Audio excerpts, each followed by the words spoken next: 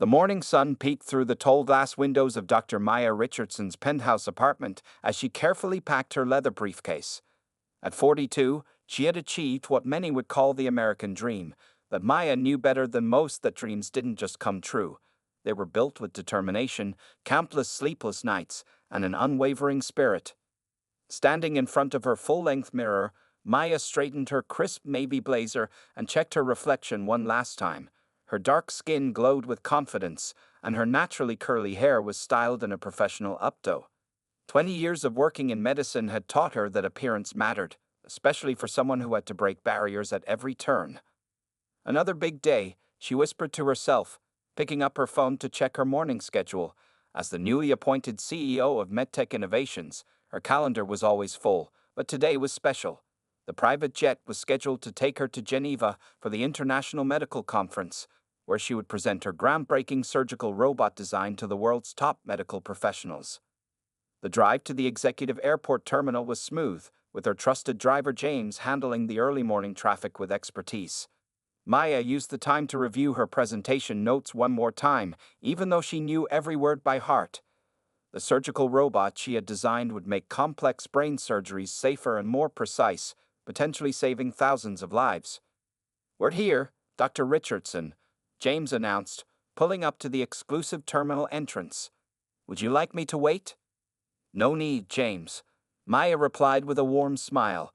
"I'll be gone for 3 days. Enjoy the time off with your family." She had learned early in her career that treating people with kindness, regardless of their position, was not just right, it was smart. The clicking of her heels echoed through the marble-floored terminal as she walked confidently toward the security checkpoint. Other executives, mostly older white men in expensive suits, nodded in recognition. Over the years, Maya had earned their respect, though it hadn't come easily. As one of the few black female CEOs in the medical technology industry, she had fought twice as hard for half the recognition. Maya reached into her designer handbag and pulled out her executive clearance card, a special pass reserved for frequent private jet travelers. She had arranged everything weeks in advance: the flight plan, the security clearance, even her preferred breakfast for the journey. After 15 years of being a top neurosurgeon and now a CEO, such travel arrangements had become routine. The morning light streamed through the terminal's giant windows, creating patterns on the floor. Maya checked her watch, 7:45 a.m., right on schedule. Her presentation in Geneva wasn't until tomorrow, but she always preferred to arrive early, get settled, and do a final preparation. It was this attention to detail that had helped her perform over 1,000 successful brain surgeries and develop revolutionary medical devices. Her phone buzzed with a message from her sister Sarah. "Knock them dead in Geneva, sis. Show them what a girl from Detroit can do." Maya smiled, remembering their childhood in a modest neighborhood where dreams of private jets and international conferences seemed as distant as the stars. Their parents had taught them that education and hard work were the keys to any door, even ones that seemed locked. As she approached the security checkpoint, Maya felt the familiar surge of pride in how far she'd come. From being the only black girl in her advanced science classes to becoming a leading neurosurgeon, and now CEO of a major medical technology company, each step had been a victory not just for her, but for every little girl who dared to dream big. Little did she know that in the next few minutes, her world would be shaken by an encounter that would test not just her patience, but her very conviction in the progress society claimed to have made. The security guard at the checkpoint, Thomas Wells, was about to become an unwitting catalyst in a story that would make headlines and change policies. But for now, Maya Richardson walked forward with the confidence of someone who had earned her place in the world, unaware that she was about to face yet another battle in her lifelong journey of breaking barriers. Thomas Wells stood at his security post like he had for the past 15 years, his gray uniform pressed perfectly and his badge gleaming under the terminal's bright lights. He took pride in knowing who belonged and who didn't at this exclusive terminal. When he saw Maya approaching, his jaw tightened almost automatically. Maya placed her executive clearance card and identification on the security desk with a professional smile. "Good morning. I'm Dr. Maya Richardson, flying to Geneva this morning." Her voice was clear and confident, just as it had been in countless hospital boardrooms. Wells barely glanced at her credentials before pushing them back across the desk. "I think you're at the wrong terminal, ma'am."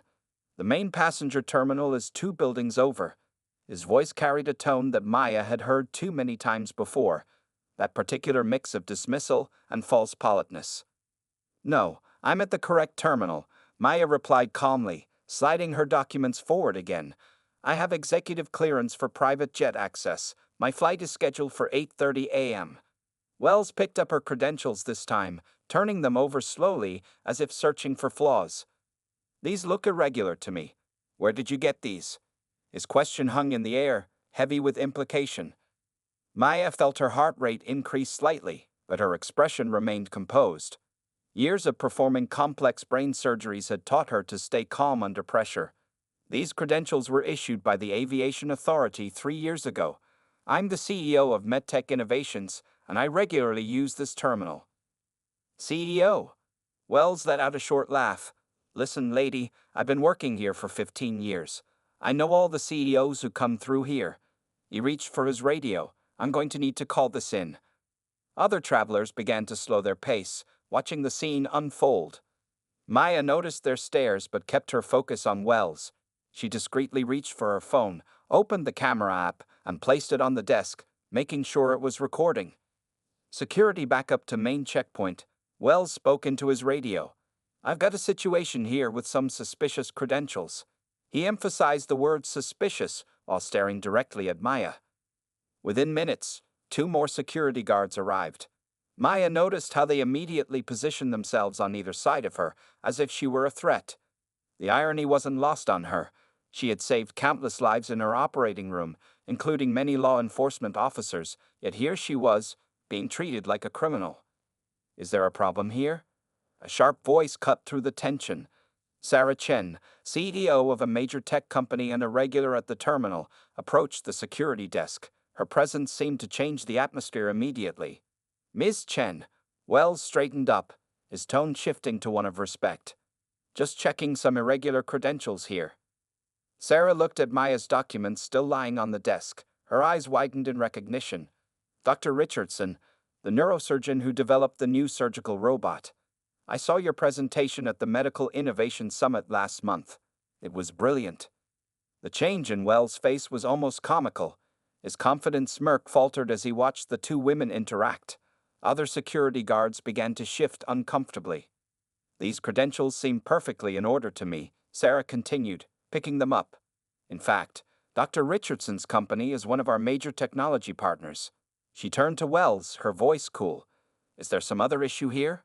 Wells stammered, his earlier authority crumbling. We just have to be thorough with our security checks, ma'am. Maya checked her watch.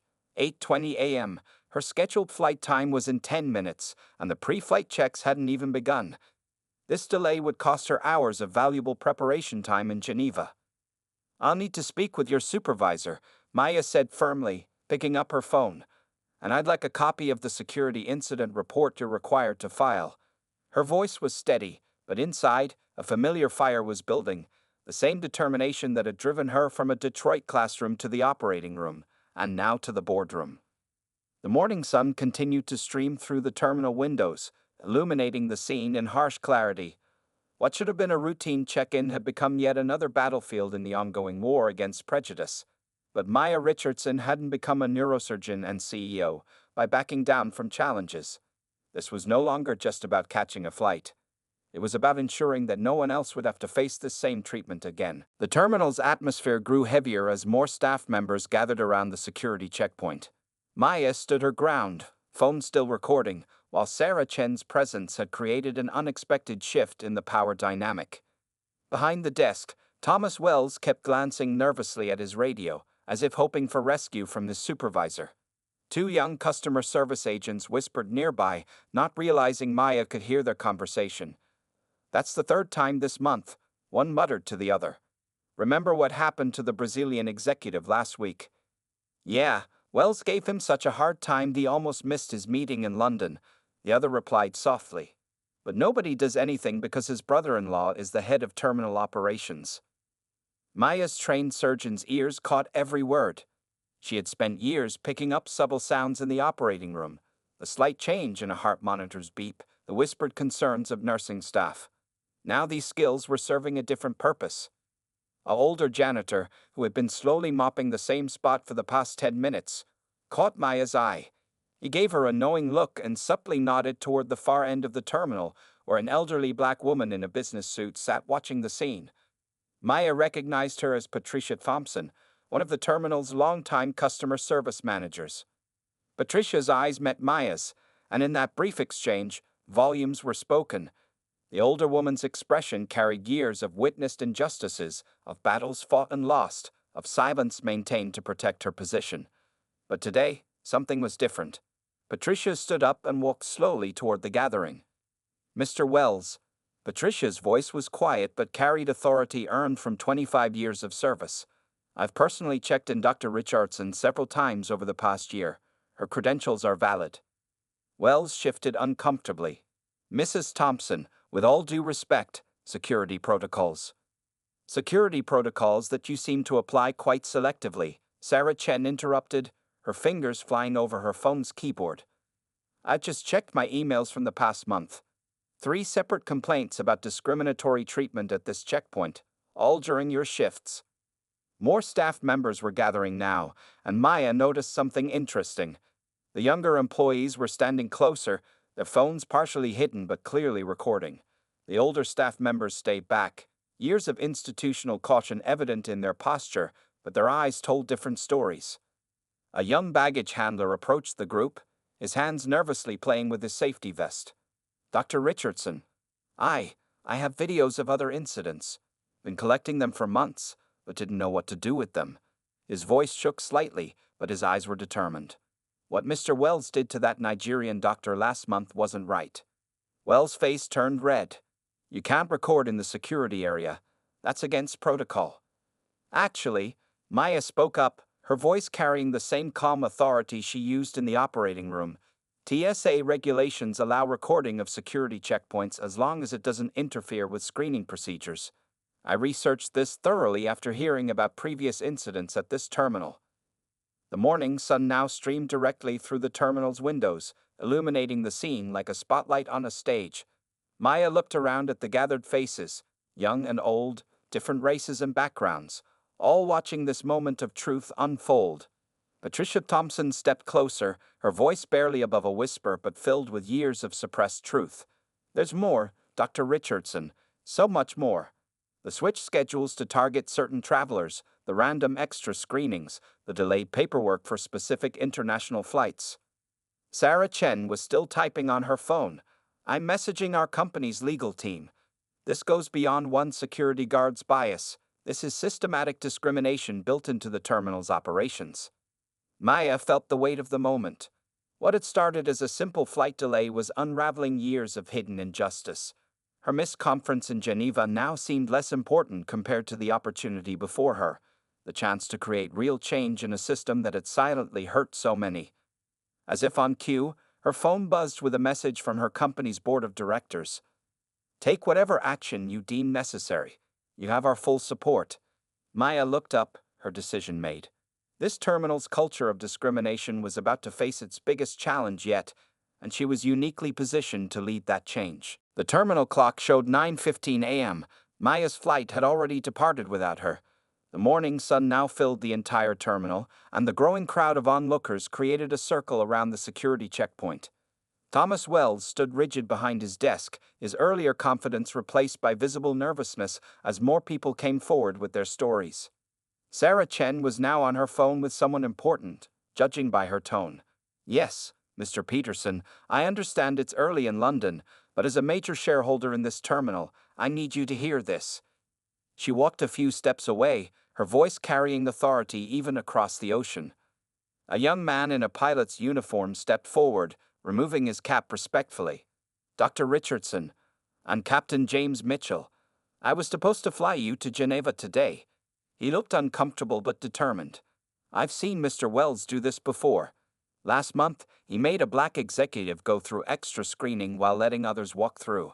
I filed a report, but nothing happened." Wells tried to interrupt. "That was a random security check." "Random?" Another voice cut through the tension. A Middle Eastern woman in a ground crew uniform spoke up. "Like how you randomly check every person with a name you can't pronounce?" I've been watching from the tarmac for 2 years. Maya stood quietly, her phone still recording, taking in every word. Her years in the operating room had taught her that the most critical moments required not just action, but careful observation. She watched as more people found their courage to speak. Patricia Thompson, the elderly customer service manager, had been making calls of her own. Dr. Richardson, I've contacted some of the other executives who faced similar treatment. They're willing to come forward now. Some are sending their documented incidents as we speak. The terminal's regular morning bustle had come to a standstill. Even passengers who had flights to catch stood watching, many recording on their phones. The story was spreading beyond the terminal walls. Social media was already picking up the incident. Sarah Chen returned from her call, a satisfied look on her face. The terminal's majority shareholder is flying in from London tonight. He's quite interested in this situation. She turned to Wells, whose face had lost all color, particularly in how your brother-in-law's position might have influenced security protocols. Maya finally checked her missed calls, 17, including 5 from the conference organizers in Geneva. But something more important was happening here. Years of medical training had taught her to recognize critical moments, times when quick decisions could change everything. A young black woman in a business suit, waiting for her own flight, approached Maya with tears in her eyes. Dr. Richardson, I interviewed for a job here last year, but they said I wouldn't be a good fit for the front desk. Now I understand why. The terminal's operations manager finally arrived. A tall man in an expensive suit who looked like he'd dressed in a hurry. What's going on here? Mr. Wells, explain this situation. Before Wells could speak, Maya stepped forward. Her voice was calm, but carried the weight of every story she'd just heard. What's going on is a long overdue conversation about systematic discrimination in this terminal. I may have missed my flight to Geneva, but I'm exactly where I need to be. She turned to address the gathered crowd, speaking with the same clarity she used in hospital board meetings. Today was supposed to be about presenting a new medical technology, but it seems we have a different kind of healing to do first.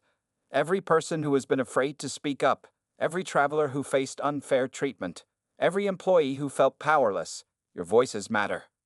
Sarah Chen smiled, understanding dawning on her face. You're not planning to reschedule your flight to Geneva, are you? Maya shook her head, her decision already made. The morning's events had opened a door that couldn't be closed again.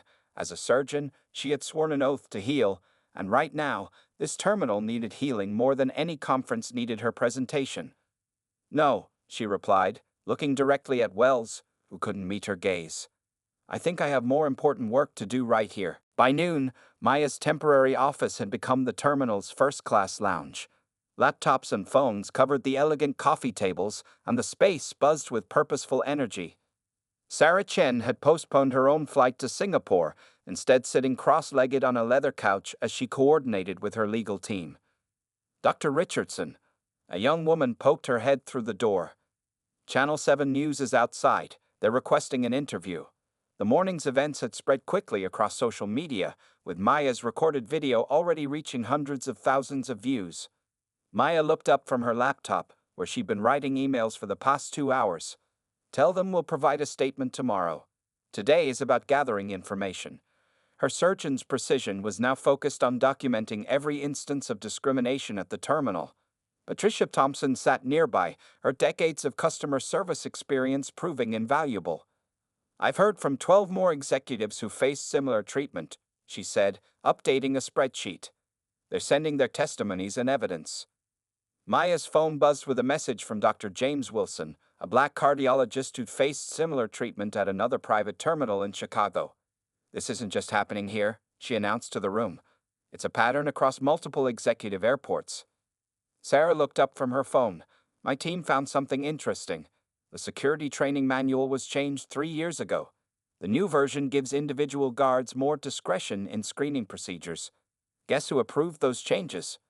Wells' brother-in-law. Maya nodded, connecting the dots. She'd seen similar patterns in hospital administration, how small policy changes could create big opportunities for bias. The door opened again and Marcus Rivera, the young baggage handler who'd first offered his videos, entered with a USB drive. I found more recordings from the security cameras, he said quietly. My friend in it helped me get them before they could be deleted. Maya stood up, her decision crystallizing. This isn't just about one guard or one terminal anymore. We need to think bigger. She walked to the window, watching planes take off into the afternoon sky. Years of performing complex surgeries had taught her that treating symptoms wasn't enough. You had to cure the underlying disease. She turned back to the room. I'm calling an emergency meeting of the Medical Technology Leadership Council. Many of our members use private aviation. They need to hear about this. Her fingers flew over her phone's keyboard, sending messages to some of the most influential people in the medical industry. A young lawyer from Sarah's team looked up from his computer. Dr. Richardson, we found similar incidents at 23 other executive terminals across the country. It's systematic. Maya nodded, her mind already mapping out the strategy. Like planning a difficult surgery, she could see all the steps needed to fix this problem. We need 3 things, she announced to the room. First, documentation of every incident. Second, a coalition of influential voices who've experienced this discrimination. Third, a complete overhaul of security training and oversight in private aviation. Sarah smiled, recognizing the look of determination on Maya's face. The aviation industry won't know what hit them. They need this wake-up call, Maya replied, thinking of all the people who'd been silently suffering these indignities. Change happens when those with power use it to help others. As the afternoon sun cast long shadows through the lounge windows, Maya's phone lit up with responses from the Medical Technology Leadership Council. Message after message expressed outrage and support. These were people who could afford private jets, but had still faced discrimination because of their race or ethnicity. Patricia looked up from her spreadsheet, her eyes bright with unshed tears. In 25 years, I never thought I'd see this day. People are finally listening.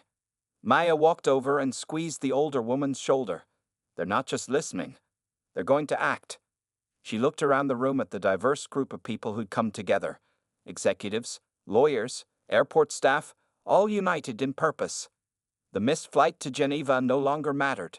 Maya Richardson had found a different kind of emergency to handle, one that required all her skills as a leader and changemaker.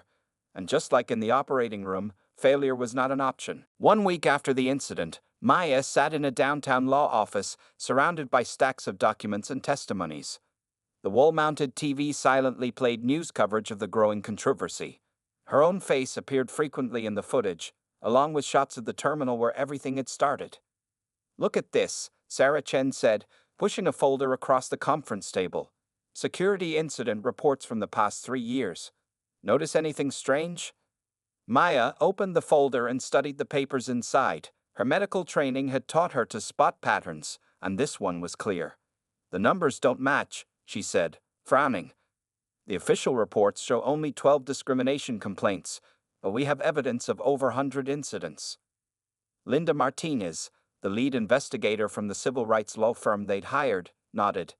Most complaints mysteriously disappeared before reaching the official records. Wells' brother-in-law, Robert Turner, had created a special review process that filtered out certain types of complaints. The room grew quiet as the implications sank in. On another table, Marcus Rivera's security camera footage played on a laptop, showing a clear pattern of discriminatory treatment. Some travelers were waved through with barely a glance, while others faced intense scrutiny based solely on their appearance. Maya's phone buzzed with a message from Dr. Wilson in Chicago. 3 more executives just came forward, she announced to the room.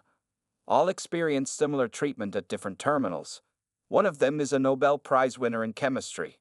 Patricia Thompson, who had taken leave from her customer service job to help with the investigation, walked in with fresh coffee for everyone. The terminal staff interviews are revealing more, she said, setting down the cups. It wasn't just security. Hiring, promotions, assignment of prime shifts, everything was influenced by bias. Sarah's legal team had set up a secure website for people to share their stories. The response had been overwhelming. We've received over 500 submissions in the past week, one of the young lawyers reported, including some from international travelers who faced discrimination at U.S. private terminals. Maya stood up and walked to the window, looking out at the city skyline. As a surgeon, she'd learned that diagnosis was only the first step. Treatment required understanding the full extent of the problem. Dr. Richardson, A young intern rushed in with a tablet. We found something in the terminal's employee training videos. They were using outdated security protocols from the 1990s, specifically ones that were criticized for promoting racial profiling. Linda Martinez looked up sharply. Those protocols were officially discontinued years ago. Using them now is a direct violation of federal guidelines. The evidence kept mounting. Through careful investigation, they discovered that Wells wasn't just one bad apple. He was part of a system that enabled and protected discriminatory practices. His brother-in-law, Turner, had created a network of like-minded officials across multiple terminals.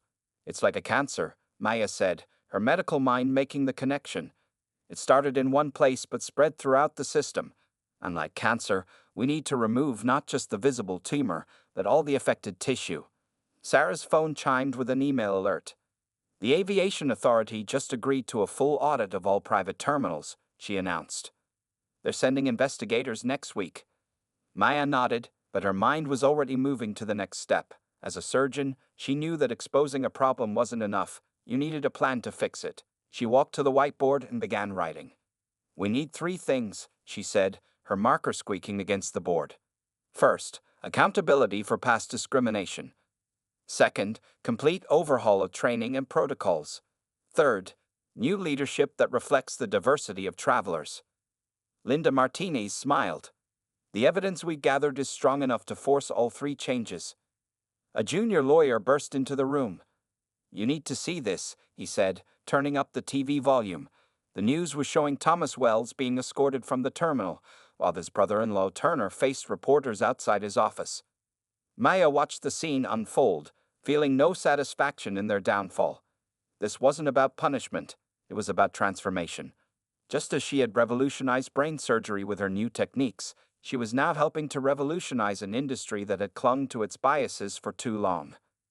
The afternoon sun cast long shadows across the conference room tables, covered in evidence of decades of discrimination. But like every shadow, these too would fade in the light of truth and change. 3 months after the incident, Maya stood at the front of a packed conference room in the terminal's administrative building. The space had been transformed into a training center, and the faces looking back at her represented every race, gender, and background. The first graduating class of the new security training program. Today marks a new beginning, Maya said, her voice carrying to every corner of the room. Each of you represents the change we wanted to see. She glanced at Patricia Thompson, who sat in the front row, now wearing a badge that identified her as the terminal's new head of customer experience. The morning sun streamed through the windows, highlighting the banner on the wall. Excellence through equality, new aviation security standards. The past 3 months had seen more changes than the terminal had experienced in 20 years. Sarah Chen stood up to address the group. When we started this journey, people said it couldn't be done. They said changing an entire industry's culture was impossible. She smiled at the graduates. Look around you. This is what impossible looks like. Among the graduates sat Thomas Wells, his face more humble now. After his initial removal, Maya had made a controversial decision. Instead of permanently dismissing him, she had offered him a choice: leave the industry forever or go through the new training program and help fix the system he had once perpetuated. Mr. Wells, Maya called out, would you share your experience with the group? Wells stood slowly, his uniform now missing the authority badge he had once worn so proudly. I thought I knew what security meant, he said, his voice thick with emotion. But this program taught me that true security comes from respect, understanding, and treating everyone with dignity. My old ways didn't make this terminal safer, they just hurt people. The room was silent, absorbing his words. Maya remembered her own doubts about allowing Wells to participate in the program, but as a surgeon, she had learned that sometimes healing meant giving people a chance to change. Marcus Rivera, the young baggage handler who had first shared his videos of discrimination, was now part of the terminal's new oversight committee. He stood up to present the latest statistics. In the past 3 months, customer satisfaction has increased by 85%. Complaint rates are down by 90%, and our new hiring practices have brought in talent we were missing before. Maya watched as he confidently presented the data. Just like in her operating room, success here could be measured in numbers. But the real transformation was in the people. The changes hadn't been easy. Robert Turner, Wells' brother-in-law, and several other officials had resisted fiercely, but the evidence had been too strong to ignore. The Aviation Authority's investigation had led to a complete overhaul of leadership across multiple terminals. Our new security protocols have been adopted by 12 other private terminals, Sarah announced proudly. By next year, they'll be the industry standard. She nodded toward the back of the room, where aviation officials from 3 countries sat observing the training program. A young woman in a hijab, one of the new security officers, raised her hand. Dr. Richardson, what made you decide to turn this incident into such a big change? Maya thought for a moment, remembering that morning 3 months ago. In surgery, when I find a problem, I don't just treat the symptoms, I fix the underlying cause. This terminal didn't just need new rules, it needed a new heart. The training session ended with each graduate receiving their certification. As Maya watched them file out, she saw something that would have been impossible 3 months ago. A diverse group of security officers, talking, laughing, and planning their shifts together. Patricia approached her with tears in her eyes. You know what the best part is?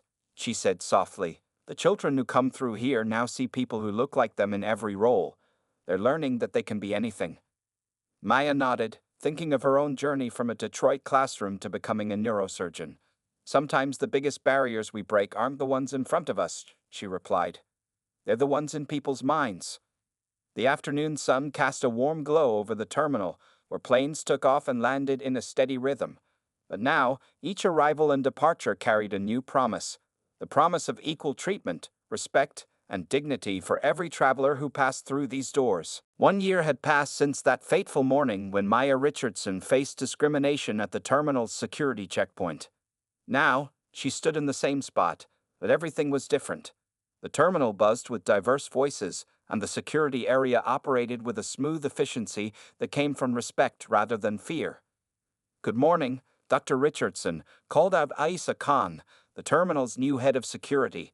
A year ago, Aisha had been passed over for promotion despite her excellent qualifications. Now, she led the most successful security team in private aviation. Maya smiled, presenting her credentials out of habit. Good morning, Aisha. How's the new training program going? Fantastic, Aisha replied, her eyes bright with pride. We just got approved to train officers from other countries. Next month, we're hosting teams from Singapore and Dubai. The morning sun streamed through the terminal's windows, just like it had that day a year ago. But now it illuminated a very different scene. The security staff reflected the diversity of the travelers they served. At every counter and checkpoint, people of all backgrounds worked together with professional efficiency. Sarah Chen appeared, rolling her carry-on bag. Maya, I knew I'd find you here. The 2 women had become close friends over the past year, their shared experience creating a lasting bond. Have you seen the latest industry report? Maya nodded. The changes they'd started had spread far beyond this single terminal. 28 private airports across the country had adopted their training program. The new security protocols they developed had become the industry standard, earning recognition from international aviation authorities. Dr. Richardson, a familiar voice called out. Thomas Wells approached, now wearing the uniform of a training instructor. His transformation had surprised everyone, including himself. After completing the new program, he had requested to become a trainer, using his own story to teach others about the importance of fairness and respect. The new class starts next week, Wells said, his demeanor notably different from a year ago. Would you be willing to speak to them again? Your story really helps them understand why these changes matter. Maya checked her watch. She had an hour before her flight to Geneva. This time, she would make it to the medical conference. In fact, she had more to present than just her surgical robot. The aviation industry had invited her to speak about the transformation she'd helped create. Patricia Thompson walked by with a group of new employees, giving them orientation. And this, she said, pointing to a plaque on the wall, is where it all started. One person standing up for what's right changed everything. Maya glanced at the plaque, still a bit embarrassed by its presence. It told the story of that morning a year ago, but more importantly, it listed the principles of fair treatment that now guided the terminal's operations. A young black girl, perhaps 12 years old, stood reading the plaque with wide eyes. She wore a junior aviation club badge, part of the new community outreach program the terminal had started. Maya remembered being that age, dreaming of a future that seemed impossible. Do you want to be a pilot? Maya asked the girl. Actually, the girl replied, her eyes shining, I want to design airports. I want to make them fair for everyone. She pointed to Aisha at the security desk. My cousin works here now. She says anyone can do any job here if they work hard. Maya felt a warmth in her chest. This was the real change, not just in rules and procedures, but in what young people believed was possible for themselves. Her phone buzzed with a message from the Geneva conference organizers. They wanted her to lead a panel on institutional transformation. Maya smiled, thinking about how a moment of discrimination had led to a movement for change. As she walked toward her gate, Maya passed the spot where she had stood that morning a year ago. The same sun streamed through the same windows, but its light fell on a different world. Security officers of various backgrounds worked together efficiently. Travelers moved through checkpoints with dignity and respect. Young employees learned from experienced mentors of all races. Your flight is ready, Dr. Richardson, Aisha called out. Have a great presentation in Geneva. Maya picked up her bag, feeling grateful. Sometimes the worst moments in life led to the best changes. As a surgeon, she had always believed in healing. Now she had helped heal something bigger than any one person. She had helped heal a broken system. The morning sun followed her as she walked to her gate, casting no shadows of discrimination in its wake. The future looked bright, and its light shone equally on everyone.